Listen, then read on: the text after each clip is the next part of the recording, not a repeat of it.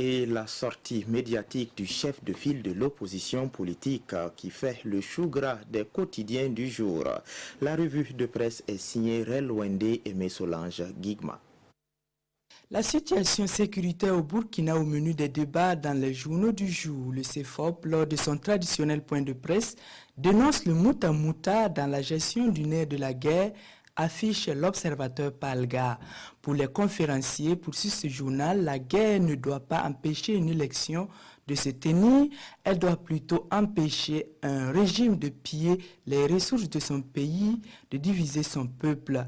Sur la question sécuritaire, l'opposition dit avoir toujours pointé du doigt la diversion et la négligence avec lesquelles le pouvoir du MPP gère la question sécuritaire, rapporte le quotidien.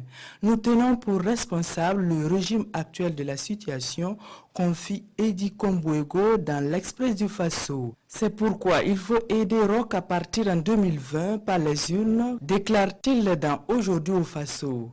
Le CEFOP souhaite par ailleurs dans le journal Le Pays que Simon Compaoré soit entendu par la justice pour rétention de preuves. Et parlant de jugement, l'observateur Palga indique que les copies des candidats recrutés à la CNSS sont sur la table des juges. Mais le dossier a été renvoyé pour permettre à la défense de prendre connaissance des pièces à conviction du parquet, précise Le Pays. Pendant ce temps, Sidoya fait savoir que des avocats de la partie civile se déportent dans le cadre du procès du putsch manqué. Au total, 17 personnes se sont vues lâchées par leurs avocats, explique l'observateur Palga, d'où le renvoi du dossier au 26 novembre prochain pour que celle-ci trouve de nouveaux conseils. Par ailleurs, des syndicats du secteur de la santé seront en grève de 10 jours à compter du 20 novembre en cas de non-respect du nouveau calendrier d'application de la fonction publique hospitalière, indique Le Pays.